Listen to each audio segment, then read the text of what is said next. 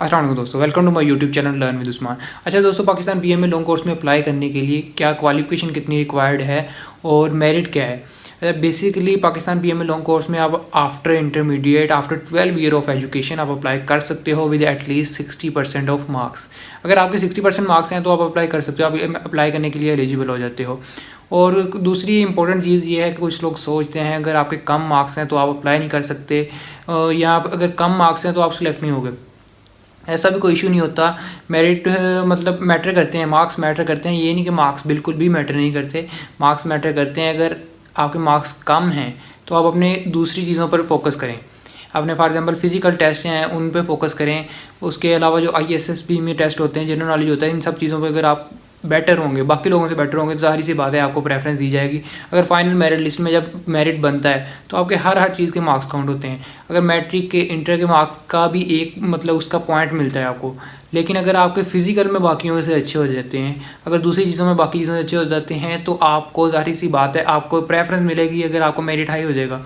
तो ये चीज़ लाज़मी है कि अगर आपके मार्क्स कम हैं तो आपकी सिलेक्शन ही नहीं हो सकती, या आपको ट्राई ही नहीं करना चाहिए। ऐसा कोई सीन नहीं है, आप लोग ट्राई करो। अगर आपके दूसरी चीज़ों में अच्छे हो, अगर मार्क्स कम है तो दूसरी चीज़ों में अपने आप को ग्रूम करो।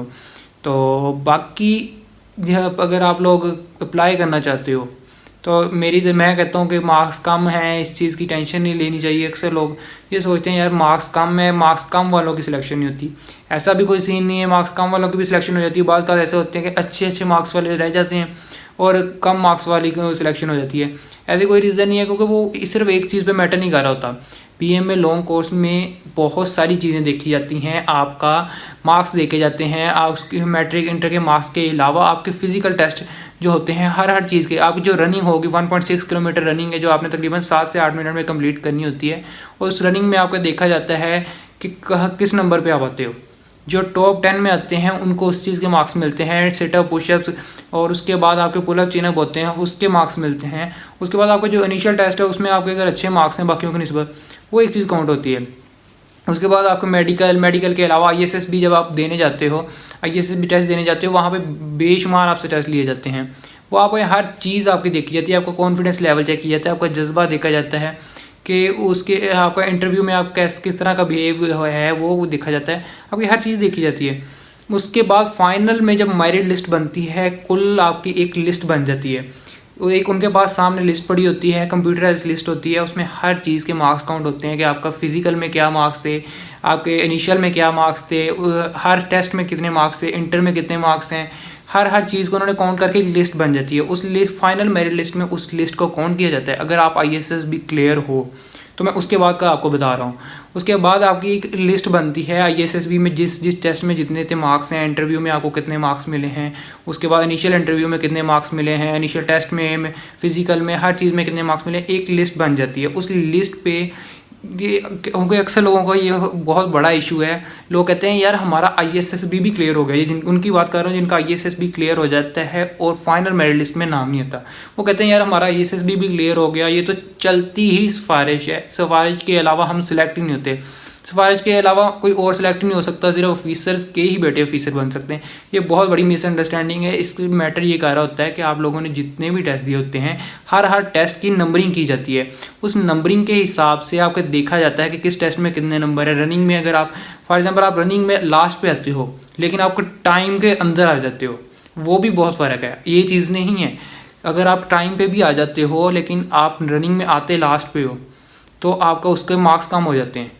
इसलिए अगर आप लोग अप्लाई करना चाह रहे हो पहले से ही अपनी फिजिकली हेल्थ को स्ट्रॉन्ग करो, अपने आपको फिजिकली स्ट्रॉन्ग करके करो, रनिंग डेली बेसिस पे करो, अपने स्टेमिना बढ़ाओ ताकि आपको आगे अच्छे मार्क्स मिले। ये चीज़ें बहुत ज़्यादा मैटर कर रही होती हैं जब आपकी फाइनल मेरिट लिस्ट बनती है। फाइनल मेरिट लिस्ट के अलावा जब आपकी नेक्स्ट ISSB इंटरव्यू के बाद भी ये चीज़ें वो देखते हैं कि आपका फिजिकल में किस तरह के थे, आप हर टेस्ट को किस तरह आपने किया है।